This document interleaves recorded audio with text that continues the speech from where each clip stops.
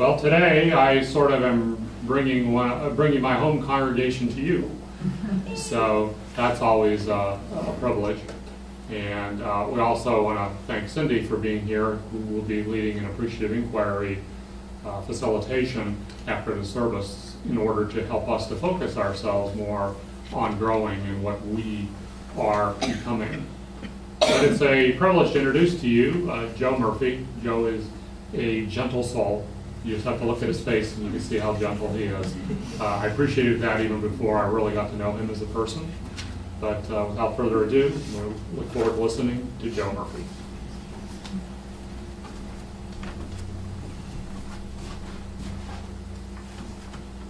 Thank you, Bob. Good morning, everybody. Good morning. It's great to be here.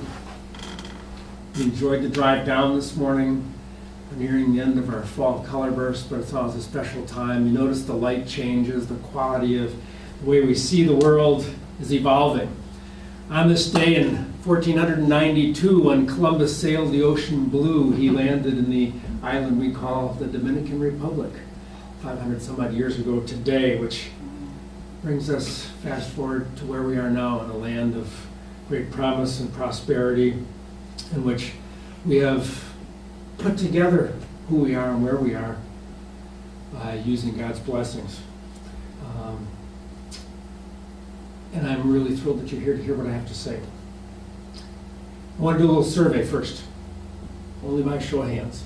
How many of you got up this morning and asked God for more work? Anybody? The data would suggest it's not a very common request. But that's the reason I'm here today. 14 years ago next month, I was faced with a big decision. I had to ask God for work. I had two options. Both seemed daunting, and I hoped one would be easier. I ultimately chose one, and it seemed to be both the harder, but the better one at the time. But when I came to discover a few years later, there's a better way to ask for work. Today I'm going to talk about a short prayer that's made a difference in my life. I know some of you are familiar with this prayer, but I don't know how it may have affected you. I have a few exercises that will help us find our way to open our lives to the power of this prayer. The prayer comes from the Bible passage, and in your bulletin or handed out to you, there's either a small card or a big card, depending upon which one you chose. Okay? It comes from the Bible in 1 Chronicles chapter 4, verses 9 and 10, if you'd like to read along with me. Oh, that you would bless me indeed and enlarge my territory, that your hand would be with me, and that you will keep me from evil, that I may not cause pain. An interesting prayer. And the last line of that passage, which I didn't pass out, in Scripture says, and God granted his request. It's a powerful close. And God granted his request. The prayer comes to me via the book, The Prayer of Jabez. I don't know if any of you have read this, but it's a marvelous little book. And there's 5 nuggets in that prayer. 5 little golden pieces, each with its own value and purpose. And to help us work through these precious elements, I've organized a talk around 3 pillars. And each pillar will help us look at this prayer in a way that can impact our daily living. So the power of the prayer of Jabez. Purpose, prayer, and prosperity. Those are my 3 pillars. Purpose is that mystical place where your talents and your life satisfaction come together.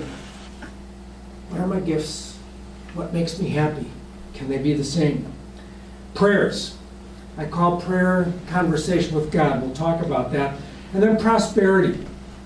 Prosperity is one, but certainly not the only measure, that reflects to some degree how you give of yourself. So let's jump in with purpose. I have a first activity. Did you take a pencil or pen with you? And on the back of your card, I need you to stop and think about a time in which you were so immersed in something, so focused, so drawn in, so compelled into an activity that time stood still. It seemed like otherworldly. Everything stood still. You were absorbed. And then after a period of time, your concentration broke and you looked up and you looked at your watch, you looked around and said, wow, where have I been? What has just happened? You were transfixed doing something. Am I correct that you've had one of those moments or more in your life? Well, stop and savor that moment. I want you to reflect on that for a minute and write down a few things that you recall from that moment. What was going on and how did you feel? Take a moment, write that down. You're in some form of rapture, doing something that absorbed you. How did it feel? What was it like? What were the sensations?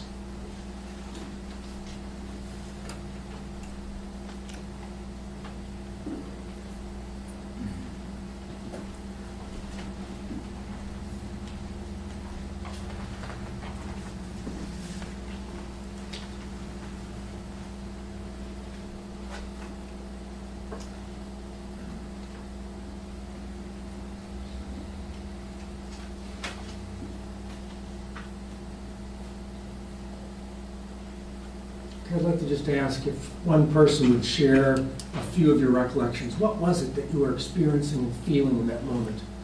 Anybody care to offer their thoughts, recollections? And it's okay to participate today. Please, David. Creative flow. Creative flow, beautiful. It's nice. So just savor that for a moment. Whatever your reflections are, they're yours. Edwin Gaines, a noted author and teacher on prosperity, spoke at our church that I attend, Renaissance Unity, last year. It was a double win that day, not only to hear her message to the congregation, but she offered a workshop on the main part of her message of her book, The Four Laws, Spiritual Laws of Prosperity. Divine purpose was number 4 in her book. There are really 2 elements in that phrase, divine purpose, both the word divine and purpose. Anybody want to fathom a crack at the definition? What comes to mind with the word divine? God. God. Yes. Anybody else? Divine. I looked it up in the dictionary. Divine means emanating from God, at least one version that's in Webster. And when you hear the word purpose, what does that bring to mind? Anybody? When you hear the word purpose? Raison d'être. Raison d'être. Ah, très bien, merci. Yes. My reason for life. And Webster says, the reason for which something exists. So when we combine those, the reason that I exist emanating from God, my divine purpose, is a very resilient thing. Winston Churchill once said, those whose pleasures and work are one are fortune's favored children. I think he was saying that the folks that are on that path have found their divine purpose. Part of my family tradition was on Christmas Eve we would go bowling in the afternoon. And as the bowling industry contracted, it was harder and harder to find bowling alleys, and we went farther away from home. And we found one time. We walked through the door, and he had the pool tables covered up with sheets of plywood and a beautiful tablecloth, fully spread with meats and cheeses and relishes and dips and candies and cookies and cakes. And it was just there for the people who came to bowl on Christmas Eve. And I found the owner a little bit later, and I said, thank you for working today and for this gorgeous spread. And he looked at me and said, I bought this bowling alley 15 years ago, and I haven't worked a day since. Divine purpose. He was giving back to his community, saying, thank you for supporting me. Share. There's an author, Mihaly Csikszentmihalyi. It's a great name. It's got 47 letters in it. He wrote a national bestseller called Flow, and David used the word flow. The Psychology of Optimal Experience. In his book, he offers one of the most objective waymarkers for divine purpose. According to Csikszentmihalyi, flow is completely focused motivation. It's a single-minded immersion and represents perhaps the ultimate experience and harnessing the emotions in the service of performing and learning. In flow, the emotions are not just contained and channeled, but they're positive and energized and aligned with the task at hand. The hallmark of flow is feeling spontaneous joy, maybe even rapture, while performing a task. I ask you to write down a few of your thoughts or to recall those moments when you were in flow. So scan your notes again, get back into that moment and listen to this definition. The single-minded immersion which represents the ultimate experience in harnessing the emotions in service of performing and learning. In flow, the emotions are not just contained and channeled, but positive, energized, and aligned with the task at hand. The hallmark of flow is a feeling of spontaneous joy, even rapture, while performing a task. I've been there many times. It's a very, very great place to be. I believe those moments provide us a glimpse into our divine purpose. Those moments can be vocational or avocational. Nonetheless, they're evidence of your calling. Your opportunity is to find more of those moments. What is it that you're doing that creates that? Find flow more often in your life. Jabez had a calling.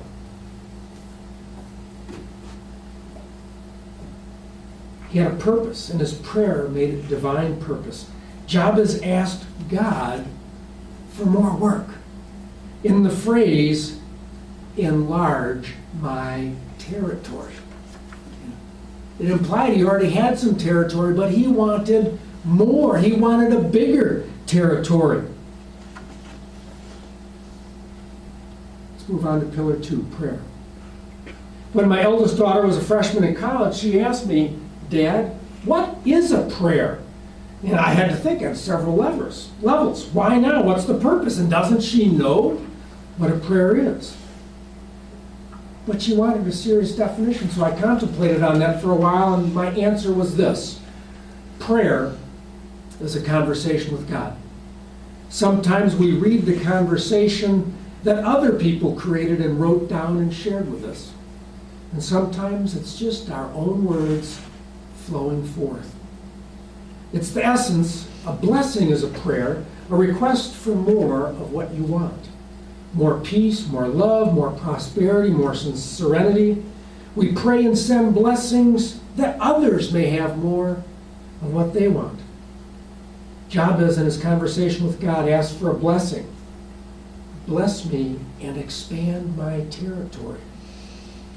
This takes us back to the first question. How many of you got up this morning and asked for more work? Nobody raised their hand.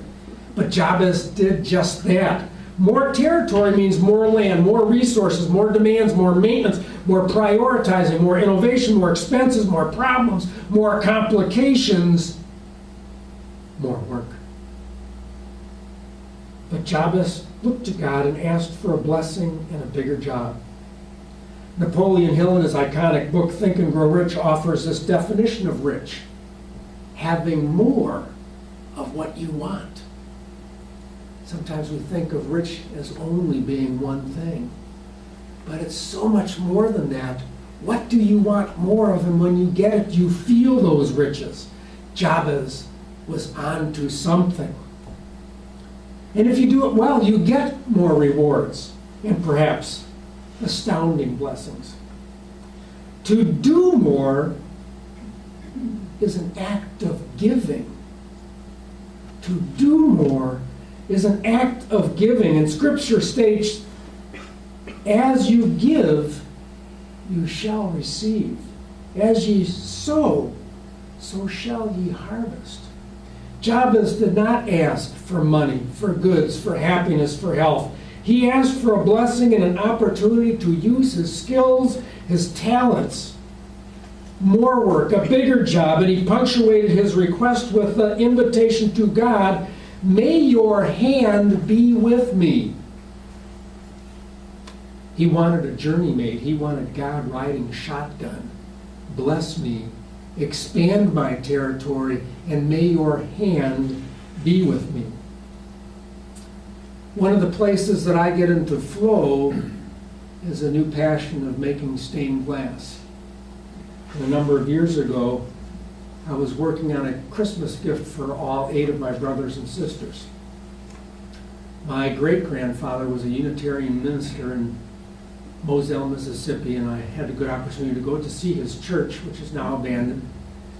And vandals had broken into the windows at one point, and there were shards of stained glass on the ground that hadn't been picked up. The windows had been repaired. And this was before I even got into stained glass, but it was one of my visions that I would do that. And I bent down and I picked up a couple shards and I put them in my pocket and I said, sometime I will make windows that include a piece of Grandpa's glass. My 3 step-siblings are actually the blood grandchild of this great-grandfather.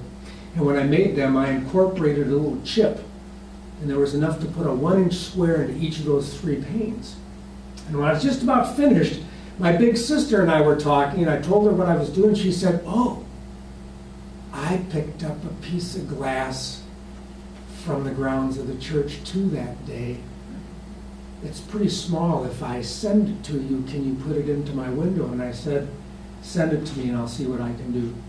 Well, there wasn't a whole square inch. There was only a small triangle, irregular, that could have been half of the square inch. I only had one chance to make that cut, and so before I made that cut to make it fit the pattern, I said, God, may your hand be with me. And I cut it, and it worked perfectly, and it fit in. And I don't know if you're familiar with the Unitarian Church, but their symbol is not the Christ candle, but the flaming chalice. And the way that the piece actually worked, when my sister opened it up and looked at it, she said, you have created the flaming chalice. The way that that piece of glass fit in, it looked like the flame on top of a chalice. It was pretty special, harnessing God's hand with me. So what's your opportunity? What do you want more of? Ask God to expand your territory. Ask for God's hand to be with you. Let's go back to your notes on flow for a moment. Goal setting is one form of asking God to expand your territory. And one of the things that Cindy, my wife, and I came to do with you today is to work with those of you who stay for the appreciative inquiry to say, how do we expand the territory of this congregation? But take a minute, jot down a few ideas for yourself or for this congregation. What are some seeds of opportunity that are the requests for more work and for God's hand to be with you? So take a minute, have a thought, jot down a note if you're so inclined.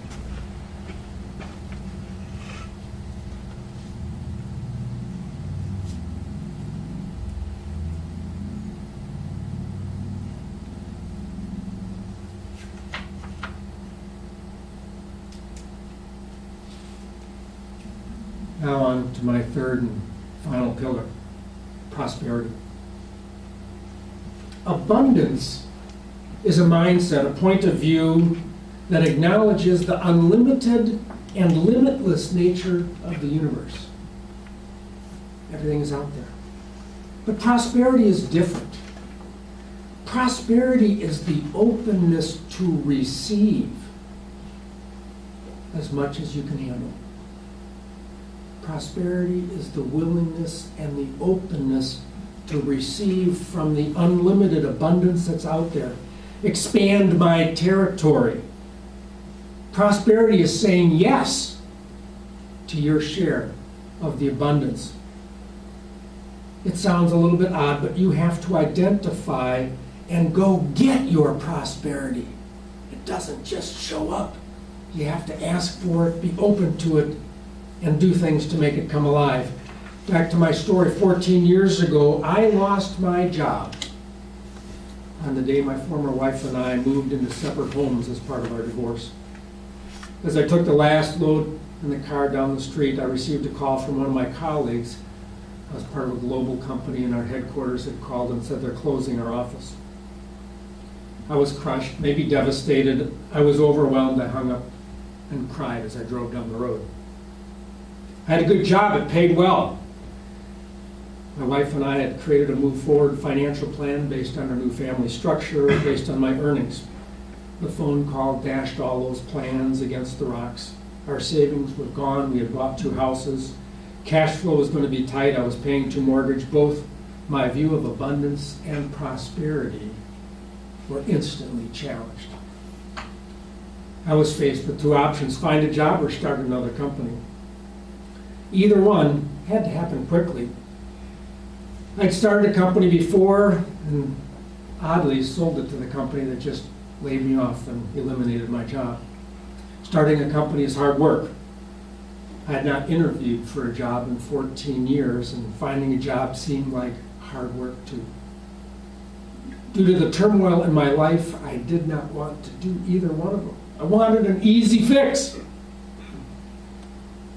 Well, 5 of my now jobless colleagues and I made the decision to start a new company. We took a deep breath and said, let's do this. There was a modest and very short severance package. We all took a theoretical pay cut. You see, with a new company, there's no customers, no cash flow, no cash for payroll.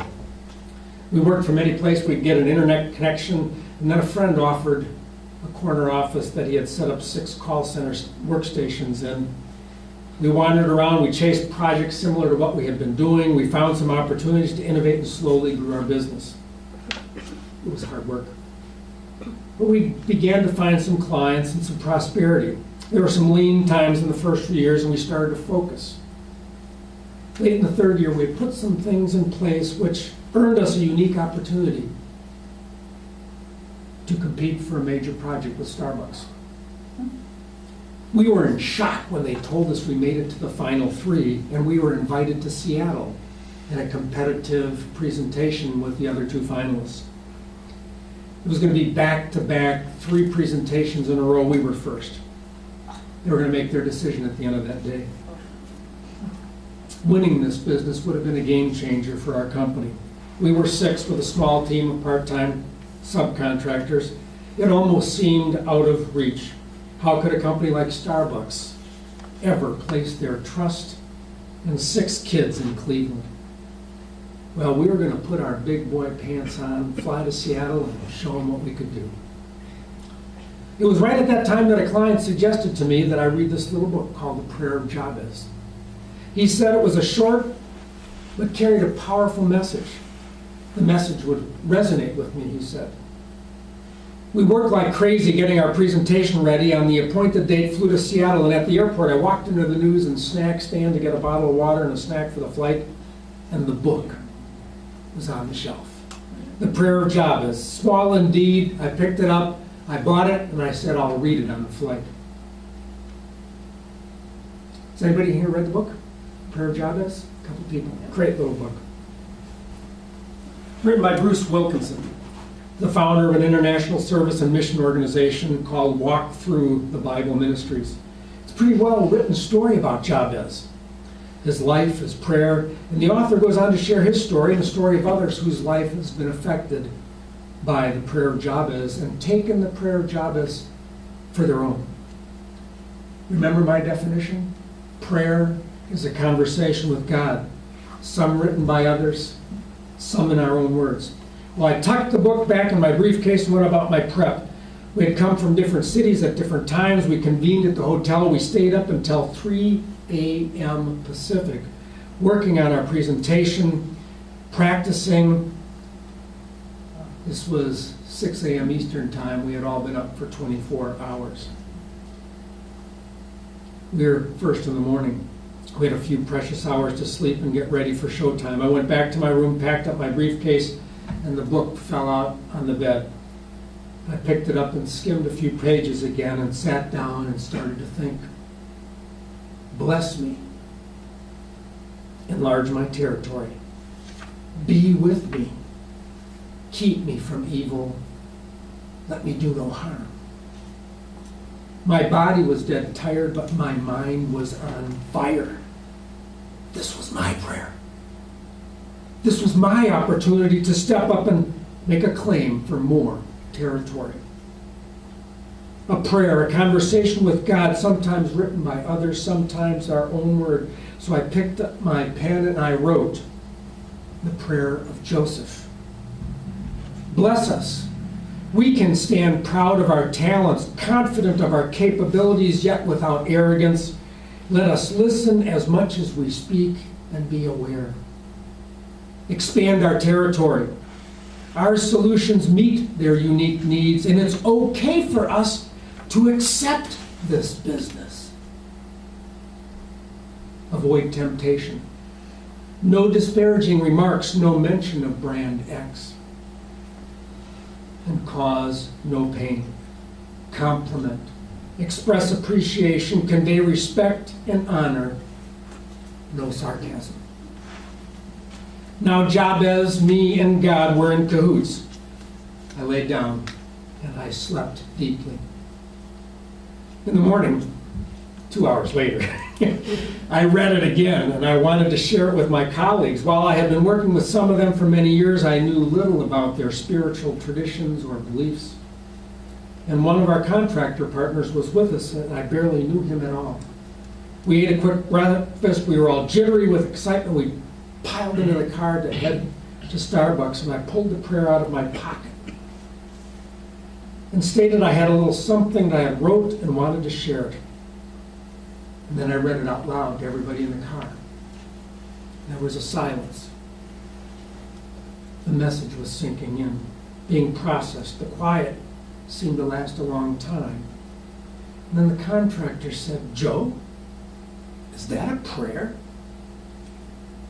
I had never invoked a prayer at work with my colleagues. It was unfamiliar territory. And I said, "Yes." And I gave a brief explanation of what had transpired on my journey and the night before I went to bed. There was some positive acknowledgement, and then the enormity of the day thrust itself back onto our conversation as we moved down the highway. The events of that morning are still vivid in my mind, as you would like to hold something very important. It was a true David and Goliath experience. 6 kids in their new company from Cleveland came out on top over some of the largest and most daunting competitors in our field. We carried the day, and to this day we still hold a rewarding relationship with Starbucks. We each had a part that morning. We all played it extremely well, and God granted our request. Since that day, we've added more and more high-profile clients, grown our business, and added staff, and I keep my prayer, the prayer of Joseph, pinned on the bulletin board in front of my desk, right next to my computer, and I read it often. I've noticed 2 things when I read it. First, I recall a rare day, a day one might say where I was truly radiating my divine purpose. Second, I feel it in preparing me for more of. It makes my divine purpose take over so I go into flow, that precious moment.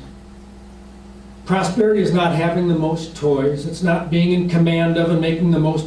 It is being in command of and making the most of our talents. Prosperity is the result of our divine purpose in action. When you are immersed in life, when you are in flow, you are giving your best, and God will grant your request. You can experience astounding blessings. So in closing, I ask, what is your conversation with God? What will your prayer be? Thank you for being here today. And that is it.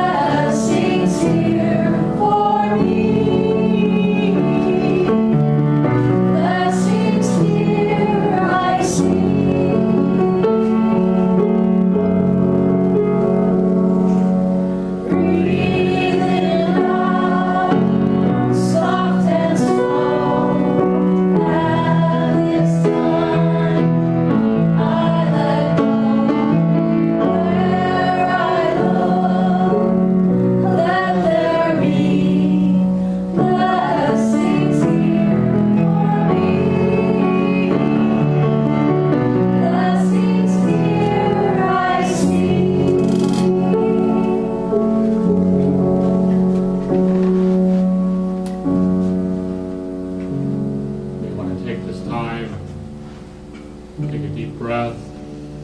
Exhale any tensions you may be experiencing. You may want to ensure your feet are firmly planted on the ground if you so choose. And sitting in a posture that you feel comfortable with. I thank God for my many blessings. I have an open and grateful heart. As I focus on my blessings, my heart is infused with the light, life, and love of God. Every area of my life is enhanced. I am relaxed, renewed, uplifted. I am filled with faith, expectation, and hope. Gratitude sets my perspective for the day ahead. In the evening, Thanksgiving carries me into a restful sleeping place. My faith rests in God within. Faith is not based on statistics or facts, but rather on the assurance of things hoped for, the conviction of things not seen. It comes from confidence in the presence and power of God that resides within me. I align my thoughts in accordance with the powerful teaching that faith in God holds in my life. I am uplifted, confident, assured. I choose to place my trust in God, in divine love and wisdom.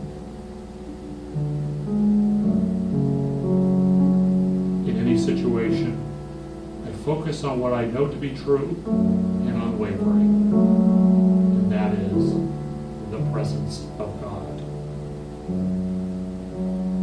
I am assured that all is well. Now we will go into a few moments of silence.